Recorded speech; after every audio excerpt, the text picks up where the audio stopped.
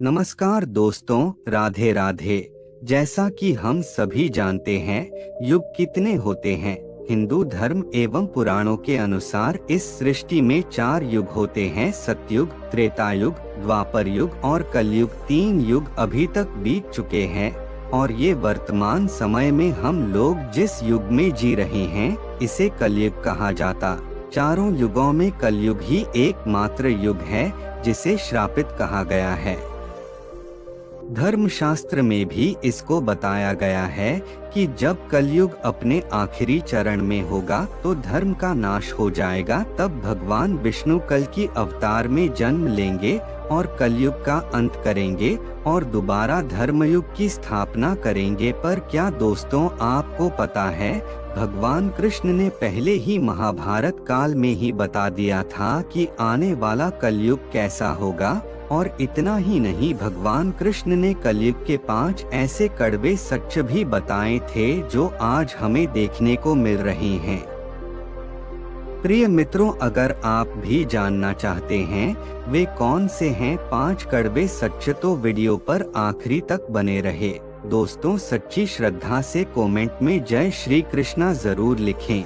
जुए में छल से सब कुछ हारने के बाद जब पांडव वन में जा रहे थे, तभी सहदेव ने भगवान श्री कृष्ण से पूछा कि हमने तो ऐसा कोई बड़ा पाप नहीं किया, फिर भी हमें इतना बड़ा दंड क्यों? तब श्री कृष्ण ने कहा, प्रिय सहदेव, द्वापर युग अपने अंतिम चरण पर है।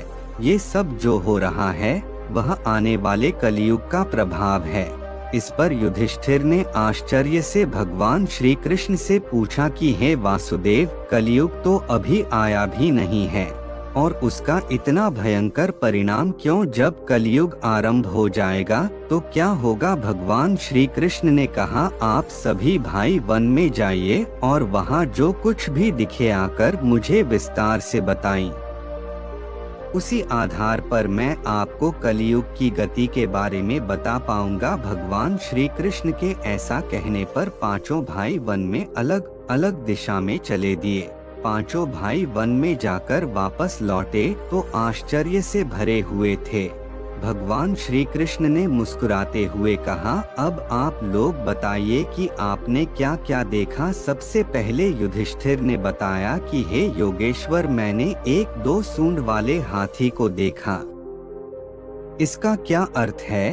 तब भगवान श्री कृष्ण ने कहा, इसका अर्थ यह है कि कलयुग में ऐसे लोगों का राज्य होगा जो दोनों ओर से शोषण करेंगे, बोलेंगे कुछ और करेंगे कुछ और, मन में कुछ और, कर्म में कुछ और। ऐसे ही लोगों का राज्य होगा। उसके बाद महाबली भीम ने कहा, हे वासुदेव, मैंने एक गाय को देखा जो अपने बच्चे को इतना चाट रही थी कि वह बच्चा लहूलुहान हो गया। इस प्रश्न का उत्तर देते हुए श्री कृष्ण ने कहा, इसका अर्थ ये है कि कलयुग का मनुष्य अपने बच्चों को आवश्यकता से अधिक लाड प्यार करेगा।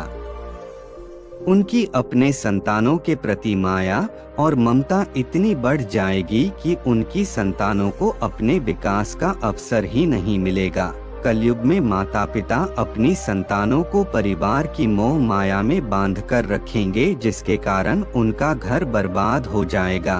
किसी दूसरे का बेटा घर छोड़कर साधु बनेगा तो हजारों व्यक्ति उनके दर्शन करेंगे, किंतु यदि अपना ही बेटा साधु बनता होगा तो रोएंगे कि मेरे बेटे का क्या होगा, उसने क्या कर लिया।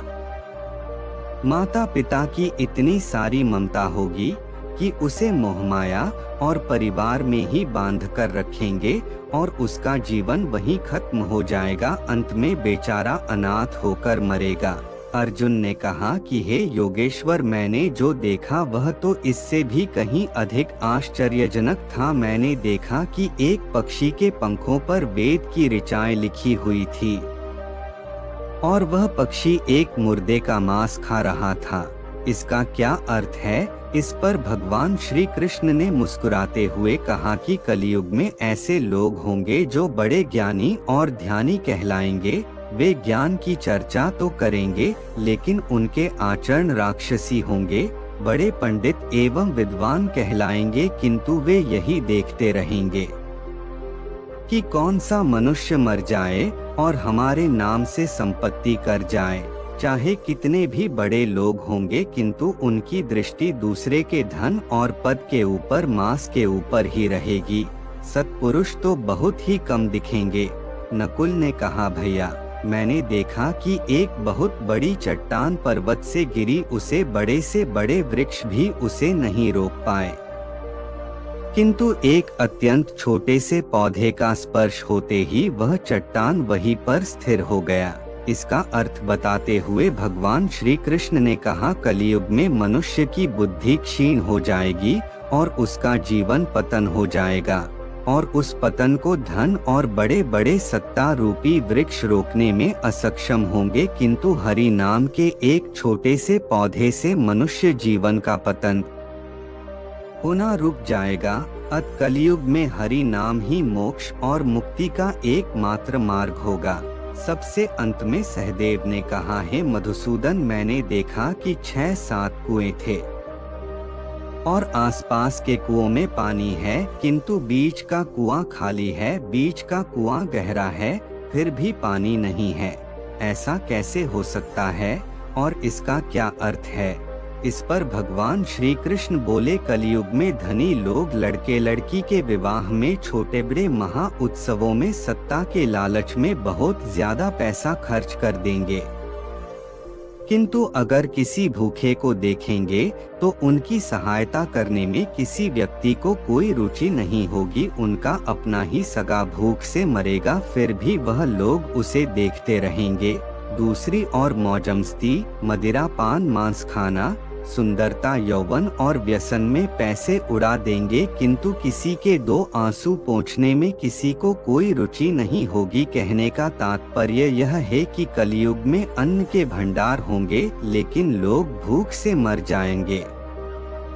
तो दोस्तों, ये है कलियुग के 5 सत्य जो भगवान श्री कृष्ण ने पांडवों को बताए थे, और आज ये सब हम अपने आसपास भी देख रहे हैं। दोस्तों, ये सभी बातों को अपने जीवन से जोड़कर देखें तो आप पाएंगे कि कलयुग के प्रभाव से ये सभी अवगुण हमारे अंदर है, लेकिन इस कहानी के माध्यम से कुछ सीख लेकर हमें अपने जीवन में आवश्यक बदलाव लाना चाहिए, ताकि हमारे जीवन में कलयुग का नहीं बल्कि परमात्मा का प्रभाव हो। यदि वीडियो पसंद आए तो कमेंट में जय श्री कृष्ण अवश्य लिखें, और साथ ही वीडियो को लाइक, शेयर और चैनल को सब्सक्राइब अवश्य कर ले। धन्यवाद दोस्तों, जय श्री कृष्ण।